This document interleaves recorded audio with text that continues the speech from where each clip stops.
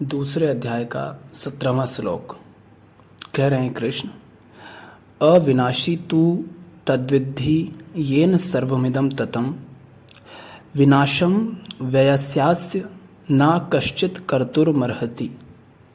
अर्थात नाश रहित माने नित्य, नाश रहित तो तू उसको जान जिससे ये संपूर्ण जगत, ये दृश्य वर्ग व्याप्त है। इस अविनाशी का, इस नित्य का, इस आत्मा का विनाश करने में कोई भी समर्थ नहीं है। कृष्ण कह रहे हैं कि नाश रहित तो केवल वही है, नित्य तो केवल वही है जिससे यह संपूर्ण जगत व्याप्त है। बाकी जो कुछ भी है वो अनित्य है, नश्वर है, या कहो मिथ्या है, क्योंकि अभी है, थोड़ी देर पहले नहीं था और थोड़ी देर बाद फिर नहीं हो जाएगा। किंतु जिससे ये व्याप्त है वो नाश रहित है, सिर्फ वही है जो नित्य है। तो हमें समझना होगा कि संसार क्या है, फिर हमें समझ आएगा कि संसार किसके द्वारा व्याप्त है, किसके लिए व्याप्त है, किससे व्याप्त है। तो संसार क्या है? संसार है गति, गति का नाम ही संसार है। ध्यान से समझना, गति का नाम ही संसार है। अब देखो अपने चारों तरफ, अपने अंदर, अपने बाहर, सूर्य, चंद्रमा, नदियाँ, पशु पक्षी, हवाएं, मन, विचार, शरीर, गाड़ियाँ, सब कुछ गति कर रहा है। क्या है जो गति नहीं कर रहा? तुम्हारे अंदर से लेकर बाहर तक सब कुछ गतिशील है, और इस गतिशीलता का नाम ही संसार है। ये सवाल उठना मन में कि संसार क्या है, ये भी गतिशील ही है, गतिशीलता ही है। क्योंकि अगर गति रुक जाए विचारों की, तो क्या ये बात कह भी पाओगे कि संसार क्या है? अगर तुम कहो संसार क्या है, कहाँ से आया, कहाँ को जा रहा, इसके लिए भी तो विचार चाहिए, इसके लिए भी तो तुम्हें बोलना पड़ेगा। मौन से बोलने तक की यात्रा हो रही है, गति हो ही रही है। अगर सारी गतियाँ रुक जाएं, या कहो अंदर की गति रुक जाए, मन की गति रुक जाए, तो सारी गतियाँ अपने आप रुक जाएंगी, फिर कोई सवाल नहीं होगा। तो सबसे पहले तो जानो कि संसार माने गति। दूसरी बात, किसके लिए? अगर कुछ गति भी कर रहा है तो किसके लिए कर रहा है? तुम्हारे लिए। जो सवाल कर रहा है उसके लिए। क्योंकि अगर तुम किसी लड़ाई में उतरे हुए हो तो तुम्हारे लिए संसार क्या है? वो लड़ाई। बाकी सारी दुनिया का तुम्हें उस समय कोई ख्याल नहीं रहेगा। अगर एक योद्धा युद्ध कर रहा है तो युद्ध के अलावा उसे और क्या याद रहेगा कि संसार में क्या चल रहा है? वो युद्ध कर रहा है। आप किसी स्त्री के साथ हैं तो बाकी सारा संसार आपके लिए नहीं है उस समय। आप दौड़ रहे हैं तो दौड़ के अलावा बाकी संसार आपके लिए गायब हो गया। तो आसपास संसार में, दुनिया भर में जो भी गति हो रही है वो आपके लिए है ना।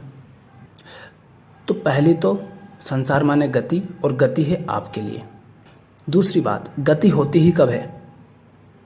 गति तभी हो सकती है जब दूरी हो, माने दो बिंदु हो कम से कम।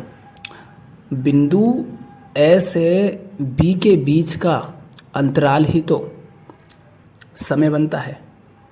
तो संसार माने गति, और गति हो सकती केवल तब जब दूरी हो, दो बिंदु हो, और दो बिंदु है इसीलिए समय अस्तित्व है, समय का अस्तित्व है।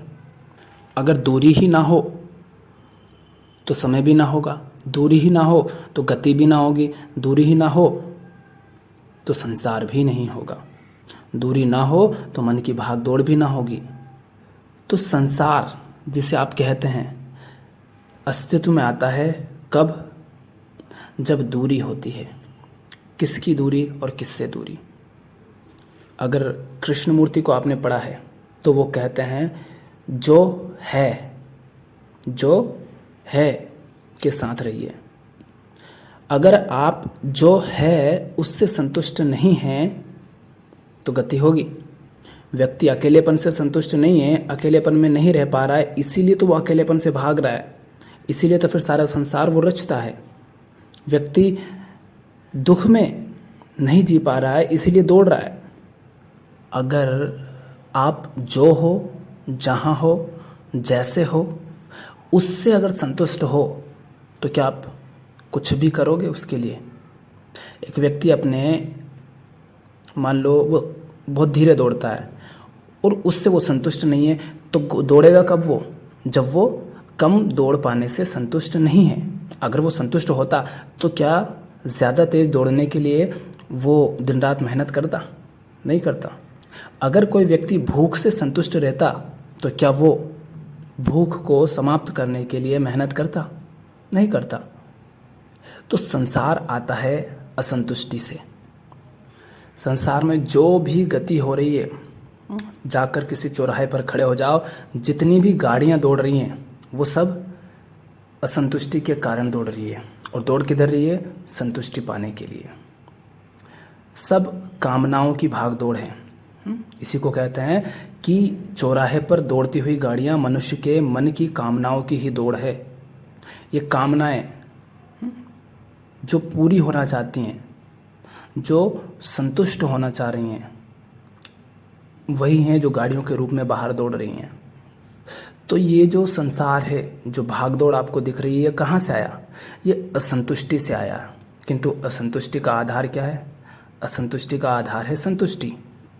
क्योंकि असंतुष्टि आती कब है? जब जहाँ हो, जो हो, उससे संतुष्ट नहीं हो। जो है, आप जो सरकार है उससे संतुष्ट नहीं है तो उसको बदलने के लिए कुछ करेंगे। जो घर है उससे खुश नहीं हो तो उसके लिए फिर कुछ करोगे। जितना पैसा है उससे संतुष्ट नहीं हो, जो काम करते हो उससे संतुष्ट नहीं हो, जैसा परिवार है उससे संतुष्ट नहीं हो, तो फिर उन सब के लिए कुछ करोगे। माने संतुष्टि आधार में है, लेकिन जब आप जो है उससे संतुष्ट नहीं होते हैं तो संसार की शुरुआत हो जाती है। और बढ़ता किधर है वो? गति किधर की ओर होती है? गति होती है वापस संतुष्टि की ओर। कुछ पालूं, कुछ कर लूं, कुछ हो जाऊं ताकि मैं संतुष्ट हो जाऊं, मैं तृप्त हो जाऊं। इसीलिए कहने वालों ने कहा है, गरीब कहता है कि अमीर खुश है, अमीर कहता है कि प्रधानमंत्री, राजा खुश है, राजा कहता है कि इंद्र खुश है, इंद्र कहता है कि राम खुश है, और राम कहते हैं कि संत खुश हैं। क्यों? क्योंकि संत के पास तो कुछ नहीं, फिर क्यों खुश है? क्योंकि संत जो है उसमें संतुष्ट है। संत जो है का माने अस्तित्व में जो कुछ भी है, जैसा भी है, वो राजी है सबसे। मृत्यु है वो मृत्यु से राजी है, जीवन में दुख है वो दुख से राजी है, अकेलापन है वो अकेलेपन से राजी है। विरोध नहीं है उसका इन सबसे। उसको क्या शरीर मिला उससे वो राजी है, उसको कितना समय मिला वो उससे राजी है। तो संत के लिए संसार कह सकते हो कि होता ही नहीं है, वो संसार से परे है। क्यों? क्योंकि वो संतुष्ट है। उसके लिए संसार की वो सारी गति रुक गई जिसमें हम हर समय जीते हैं। तुम अमीर के पास जाओ, अमीर परेशान है, अशांत है, भाग रहा है, दौड़ रहा है, वो जो है जैसा है वहाँ खुश नहीं है, सब कुछ है उसके पास दुनिया की चीज़ें, लेकिन फिर भी असंतुष्ट है, तो वो दौड़ रहा है। भिखारी के पास जाओ, वो भी असंतुष्ट है। राजा के पास जाओ या रंक के पास जाओ, दोनों असंतुष्ट हैं। क्यों? जो है उससे संतुष्ट नहीं है। और यहीं से संसार की शुरुआत होती है। किसका संसार? उसका संसार जो असंतुष्ट है। चोर को लगता है कि चोरी करके संतुष्टि मिलेगी तो वो चोरी करता है। हत्यारे को लगता है कि हत्या करने से संतुष्टि मिल जाएगी तो वो हत्या करता है। तो अंत में चाहिए सबको तृप्ति, संतुष्टि। उसी को सत्य कहते हैं, उसी को आत्मा कहते हैं, उसी को प्रेम कहते हैं। सबको वही चाहिए। क्योंकि व्यक्ति चाहे ज्ञानी हो या अज्ञानी, वो जो भी है उससे यही लगता है ना कि वो जो कर रहा है, जैसा कर रहा है वही उचित है। चोर को भी यही लगता है कि उसका चोरी करना ही उसके लिए ठीक है। अगर उसे ये समझ आ जाए कि चोरी करना उसके लिए सही नहीं है, हत्यारे को समझ आ जाए कि हत्या करना उसके लिए उचित नहीं है, तो क्या वो हत्या करेगा? पर उसे तो यही लग रहा है ना कि हत्या करना ही उस समय पर उसके लिए ठीक है, इसलिए वो कर रहा है। तो अंत में क्या बचती है? संतुष्टि। और आधार भी क्या है असंतुष्टि का? संतुष्टि ही, क्योंकि असंतुष्टि से पहले तो संतुष्टि ही थी। असंतुष्टि तो आती ही तब है जब दूरी हो जाती है, जब अज्ञान के कारण व्यक्ति स्वयं को अपूर्ण पाता है और सोचता है कि संसार में उसे पूर्णता मिल जाएगी, बाहर से कुछ पाकर के उसे पूर्णता मिल जाएगी। तो वो चीज़ें एकत्रित करते जाता है, जोड़ते जाता है, लेकिन पूर्णता कभी नहीं मिलती। क्योंकि जिसे आप कहते हो मैं ये हूँ, मैं वो हूँ, ये मेरे पास ये है, इस मैं के साथ आप क्या जोड़ सकते हैं? इसके साथ आप जो चाहे वो जोड़ सकते हैं, जितना चाहे उतना जोड़ सकते हैं। आप कहें मैं राम हूँ, मैं वकील हूँ, मैं लड़का हूँ, मैं लड़की हूँ, तो इस मैं के साथ तो आप न जाने क्या क्या जोड़ सकते हैं। इसमें क्या कोई सीमा है? नहीं। आप कहें मैं 5,000 करोड़ की संपत्ति का मालिक हूँ, तो आप 10,000 करोड़ की संपत्ति के भी मालिक हो सकते हैं। तो मैं तो कभी मना नहीं करेगा, मैं के साथ तो आप जितना चाहे उतना जोड़ दें। इसीलिए वो कभी पूर्ण नहीं होता संसार में। चाहे आप पूरे संसार को इस मैं के साथ जोड़ दें कि मैं इस संसार का मालिक हूँ, सब कुछ मैं का हो गया, लेकिन फिर भी मैं में और भी कुछ जोड़ा जा सकता है। इसीलिए संसार में ये मैं कभी संतुष्ट नहीं होता। संतुष्टि तब है जब जो है आप उसमें राजी हैं। आप सुख से राजी हैं, आप दुख से भी राजी हैं, आप भीड़ में भी राजी हैं, आप अकेले में भी राजी हैं। और राजी होने का अर्थ ये नहीं होता है कि पैर में कांटा गड़ गया है तो हम तो राजी हैं कांटा गड़ा रहे। नहीं, गड़ गया ना, इस बात से राजी हैं कि हाँ कांटा गड़ गया, अब निकालना है तो निकालने से राजी हो जाओ। पैर कह रहा है ना कि दर्द हो रहा है निकालो इसे, तो पैर की नहीं सुनोगे क्या? हम भूखे हैं, हम भूख से राजी हैं, ठीक है, पर पेट तो कह रहा ना कि खाना चाहिए, तो उसको खिलाओ। उस बात से क्यों नहीं राजी हो रहे हो कि पेट खाने को कह रहा है? उस बात से भी राजी हो जाओ। तो कौन है अविनाशी? क्या है जो नाश रहित है, जो नित्य है? वो है तृप्ति, संतुष्टि। जो है उससे राजीपन, वही नित्य है। देखा होगा आपने, जब आप कुछ पाना चाहते हैं, कुछ हासिल करना चाहते हैं, उसके लिए बड़ी मेहनत करते हैं और वो आपको मिल जाता है, तब कैसी संतुष्टि मिलती है। ऐसा लगता है जैसे सब कुछ मिल गया हो कुछ क्षण के लिए। पैसा, आप पैसों के पीछे दौड़ रहे थे, आपको पैसा मिल गया। कोई किसी स्त्री को पाना चाहता था, बड़ा प्रेम था उसको उसके प्रति, तो उसको स्त्री मिल गई, उससे बात हो गई एक पल के लिए। किसी को पुरुष चाहिए था, किसी को नौकरी चाहिए थी, किसी को सम्मान चाहिए था। और जब ये मिलता है तो कुछ पल के लिए, कुछ समय के लिए ऐसी तृप्ति मिलती है हमको कि हमें लगता है कि सब मिल गया। ऐसा लगता है जैसे संसार ही अब थम गया, नहीं तो उसके पहले कितनी भागदौड़ चल रही थी। स्त्री चाहिए थी, उसके आगे पीछे दौड़ रहे थे। पैसा, नौकरी चाहिए था तो उसके लिए भागम भाग लगी हुई थी। सम्मान चाहिए था तो उसके लिए कभी ये कर रहे हैं, कभी वो कर रहे हैं। कैसा संसार में रचे पचे थे, बिल्कुल उलझे हुए थे। और जैसे ही वो मिला, क्या हुआ? सारी भागदौड़ रुक गई, सारा संसार जैसे विलीन हो गया, शून्य हो गया। और कुछ पल के लिए गहरी संतुष्टि की आपको प्राप्ति हुई। तो क्या बचा संसार के पीछे भी? जब संसार नहीं रहा तब भी क्या बचा? संतुष्टि ही बची, तृप्ति ही बची, मौन बचा, शांति बची। उस मौन का, उस शांति का, उस तृप्ति का नाम ही, उस संतुष्टि का नाम ही आत्मा है। वही नित्य है, बाकी सब मिट जाता है। आप अपने ही जीवन में देखो, आप जो कुछ भी कर रहे हैं, आप इसीलिए कर रहे हैं पहला तो कि आप अभी जो हो, जहाँ हो, जैसे हो, उससे संतुष्ट नहीं हो। और जो कर रहे हो आपको लगता है कि उसे कर लिया तो शायद आपको लगेगा कि सब ठीक है। अभी आपको ऐसा लगता है, हालांकि जो कर रहे हो, जो चाह रहे हो, वैसा करके शायद नहीं, वैसा आपको कुछ नहीं मिलेगा जैसा आप सोच रहे हैं। क्योंकि आप जहाँ हो वहाँ अगर तृप्त नहीं हो तो कहीं पर भी तृप्ति नहीं हो सकती। तो कृष्ण कह रहे हैं कि नाश रहित तो तू उसको जान, नित्य तो तू उसको जान, जिससे ये संपूर्ण जगत व्याप्त है। इस अविनाशी का विनाश करने में कोई भी समर्थ नहीं है। क्यों नहीं है समर्थ? क्योंकि ये अविनाशी है और इसका विनाश करोगे भी तो क्या हो जाएगा? विनाश करके भी तो तुम्हें संतुष्टि ही मिलेगी। कोई कहे कि मैं इसका विनाश कर देना चाहता हूँ, किसका? संतुष्टि का, तो वो विनाश करके संतुष्ट हो गया, तो लास्ट में तो संतुष्टि ही बची। अब वो संतुष्टि चाहे उसकी हो या इसकी हो, संतुष्टि तो संतुष्टि है। तो ये जो संसार है ये व्याप्त है असंतुष्टि से, अपूर्णता से। ये व्याप्त है जो है उससे दूरी के कारण। ये संसार है गति के कारण, ये संसार है समय के कारण। समय, गति, दूरी, यही संसार है, इसके अलावा और कुछ संसार नहीं है। फिर समाधि क्या हुआ? समाधि यही हुआ कि तुम जो छिटकाए हुए हो, जो दूरी तुमने बना रखी है अपने आप से, तुम उस दूरी को मिटा दो, तुम वापस अपने स्रोत में लौट आओ। वही समाधि है।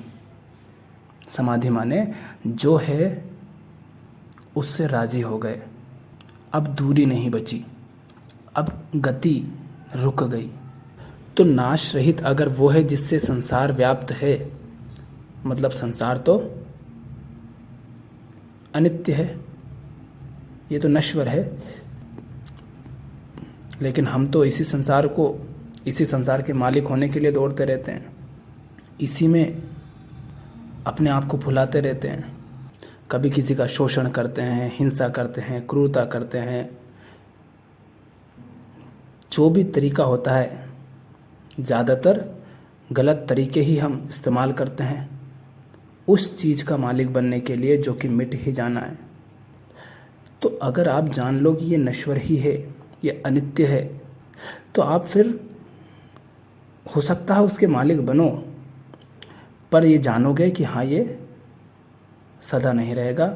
और मालिक बनने के लिए आप फिर कोई ऐसा नहीं कर्म करोगे, कोई ऐसा कृत्य नहीं करोगे जिसमें हिंसा शामिल हो, जिसमें क्रूरता हो, जिसमें शोषण हो। आप यदि कुछ हासिल भी करोगे तो इसलिए नहीं कि उससे आपको तृप्ति मिलेगी, क्योंकि आप तो संतुष्ट हैं ही। आप बस इसलिए उसे हासिल करोगे ताकि संसार का भला हो सके। आप इसलिए उसे हासिल करोगे क्योंकि उस स्थिति में जहाँ हो वहाँ उसे हासिल करना उचित है।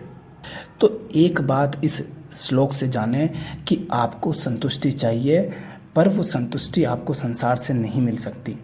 आप जो हो, जहाँ हो, जो कुछ भी अभी है, सुख दुख, अच्छा बुरा, अकेलापन, आप उसमें राजी हो जाओ। इस राजी होने का अर्थ ये नहीं है कि उसके लिए कुछ करोगे नहीं, पर उससे राजी हो जाओ। ये मत सोचो कि जब ऐसा नहीं रहेगा तब तुम खुश हो जाओगे। जो है उससे राजी हो जाओ, उससे संतुष्ट रहो कि हाँ है, ऐसा है। अर्जुन से यही कह रहे हैं कि तुझे दुख हो रहा है ना, पर उचित क्या है कि तू युद्ध करे तो कर।